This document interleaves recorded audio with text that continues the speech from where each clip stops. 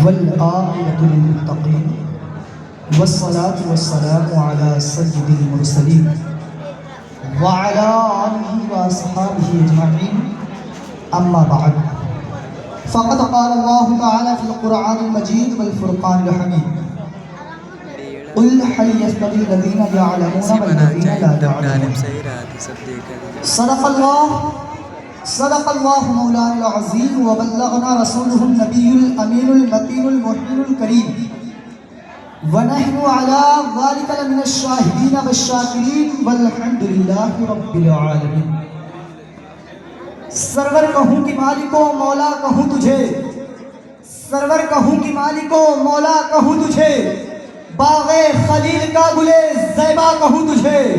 ارے لیکن رضا نے ختم سخن اس پہ کر دیا، خالق کا بندہ خلق کا آقا کہوں تجھے، خالق کا بندہ خلق کا آقا کہوں تجھے. عزیزان محترم، میں آپ کا بہت زیادہ وقت نہ لوں گا، بس تھوڑی دیر گفتگو کرنی ہے.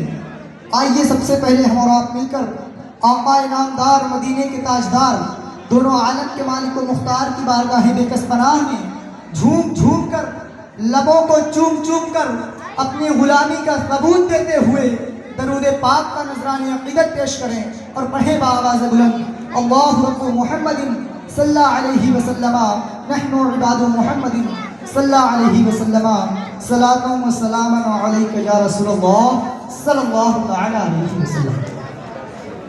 عزیزان محترم، ابھی میں نے جس آیت کریمہ کی تلاوت کرنے کا شرف حاصل کیا، رب قدیر قرآن مجید میں ارشاد فرماتا ہے قل هل يستوي الذين يعلمون والذين لا يعلمون. میرے نبی فرماتے ہیں کہ العلماء ورثۃ الانبیاء، علماء یہ انبیاء کے وارث ہیں. ایک اور مقام پر میرے نبی فرماتے ہیں کہ انبیاء کرام کی جس طرح میری فضیلت میرے ادنا امتی پر ہے، ٹھیک یہی فضیلت تم لوگوں پر علماء کی ہے. ذرا غور کرنا، حضرت مولا علی فرماتے ہیں کہ رضینا بقسمت الجبار فینا لنا علم وللجہال مال.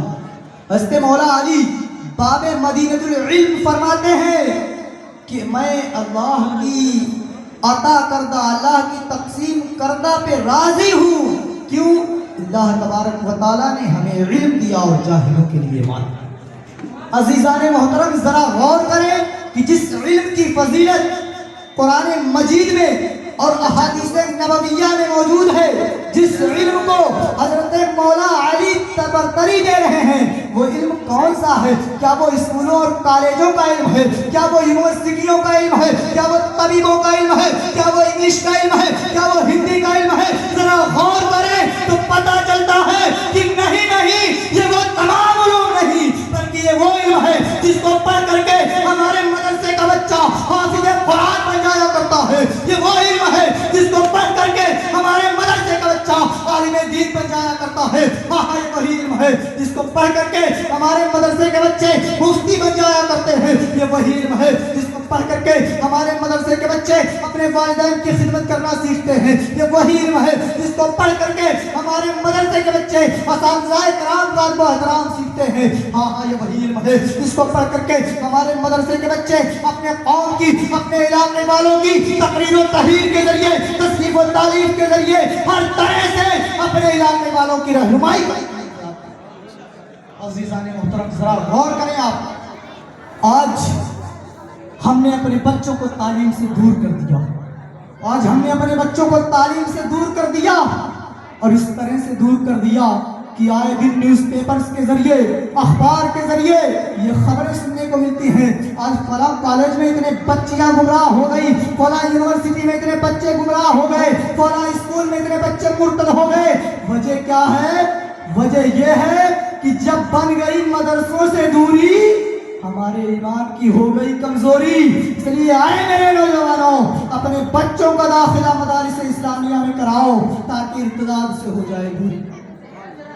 وجہ یہ ہے کہ جب ہم نے اپنے بچوں کو، جب ہم نے اپنے بچیوں کو اٹھا کر کے یونیورسٹیوں اور کالجوں میں ڈال دیا، اپنے بچیوں کا ایڈمیشن یونیورسٹیوں میں کرا دیا، تو یاد رکھو کہ اگر یونیورسٹی، اسکول اور کالج یہ غیر مسلموں کا ہے، یہودیوں کا ہے، تو اس میں پڑھانے والے بھی ہوں گے، اس میں پڑھانے والے یہ اساتذہ بھی غیر مسلم ہوں گے، اور اگر وہ غیر مسلم ہیں تو اپنے مذہب کی باتیں اپنے بچوں کے سامنے رکھیں گے، اپنے مذہب کی باتیں اپنے دین کی باتیں ان اسٹوڈنٹ کے سامنے رکھیں گے۔ اور ہمارے اسٹوڈنٹ کے اندر اتنی علم نہیں ہے، ان کی علم کی لیاقت اس قدر زیادہ نہیں ہے، ان کے اندر اتنی صلاحیت نہیں ہے کہ وہ اپنے ٹیچرز کی باتوں کی تردید کر سکے، اپنے ٹیچرز کی گئی ناجائز سوالات کا جواب دے سکے۔ اس لیے ٹیچرز کی باتیں ان کے ذہن میں اثر انداز ہوتی ہیں، اور اثر انداز ہونے کے بعد بچے اور بچیاں گمراہ ہو جایا کرتے ہیں۔ عزیزان محترم، بس گفتگو اتنی کرنی ہے کہ نبی پاک نے فرمایا علم دین حاصل کرو، علم دین حاصل کرو، اگرچہ ملک چین جانا پڑے۔ یہاں فرض نہیں ہے ملک چین جانا، آپ کہیں بھی رہ کر کے علم دین حاصل کر سکتے ہیں۔ بس علم دین کی فضیلت بتائی گئی کہ اگر اتنی دور جانا پڑے تو علم دین حاصل کرو۔ آج ہم دیکھتے ہیں یوپی میں علم دین حاصل کرنے کے لیے بے شمار مدارس موجود ہیں۔ الجامعۃ الاشرفیہ مبارک پور کی سرزمین پر موجود ہے، بستی کی سرزمین پر ایک بہترین مدرسہ علیمیہ موجود ہے، الامجدیہ گھوسی میں موجود ہے، گائے گھاٹ کی سرزمین پر جامعہ عربیہ اشرفیہ موجود ہے۔ آئے میرے نوجوانوں، آپ اپنے بچوں کا داخلہ یہاں دلائیں، اگر یہاں بھی لے جانے کی حیثیت نہیں ہے تو گھبرائیں نہیں، پریشان ہونے کی ضرورت نہیں ہے، فکر مند ہونے کی ضرورت نہیں ہے۔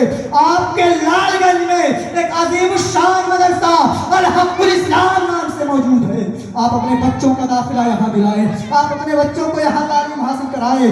آپ کے بچے یہاں سے کچھ بن کر کے نکلے یا نہ نکلے، آپ کے بچے یہاں سے پولیس بنے یا نہ بنے، ڈاکٹر بنے یا نہ بنے، انجینئر بنے یا نہ بنے، اس قدر ضرور ہو جائیں گے کہ اپنے ایمان کی حفاظت کر سکیں، اس قدر ضرور ہو جائیں گے کہ اپنے والدین کی خدمت کر سکیں، اس قدر ضرور ہو جائیں گے کہ اپنے اساتذہ کی خدمت کر سکیں، اس قدر ہو جائیں گے کہ کچھ کریں یا نہ کریں اپنے محلے والوں کی رہنمائی کرتے ہوئے۔ آپ دیکھیں آج اسکولوں اور کالجوں کا ٹیچر جب کبھی اپنے بچوں سے بدزبانی کر دیا کرتا ہے تو لوگ مارنے کے لیے تیار ہو جایا کرتے ہیں، نکل باہر سے بتاتے ہیں مجھے، لیکن نہیں، یہ باتیں ہمارے مدرسے کے بچوں نہیں پائی جاتی۔ وجہ کیا ہے؟ وجہ یہ ہے کہ انہیں معلوم ہے ہم بیت رسول میں رہتے ہیں، ہم نائب رسول کے پاس درس حاصل کرتے ہیں۔ اس لیے آئے میرے عزیزوں، آئے میرے دوستوں، آئے میرے نوجوانوں، آئے میری ماں اور بہنوں، اپنے بچوں اور بچیوں کو مدارس اسلامیہ سے تعلق لگاؤ اور علم دین حاصل کراؤ۔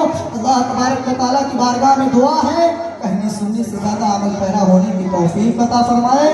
وآخر دعوانا الحمدللہ رب العالمین۔ السلام علیکم ورحمۃ اللہ وبرکاتہ۔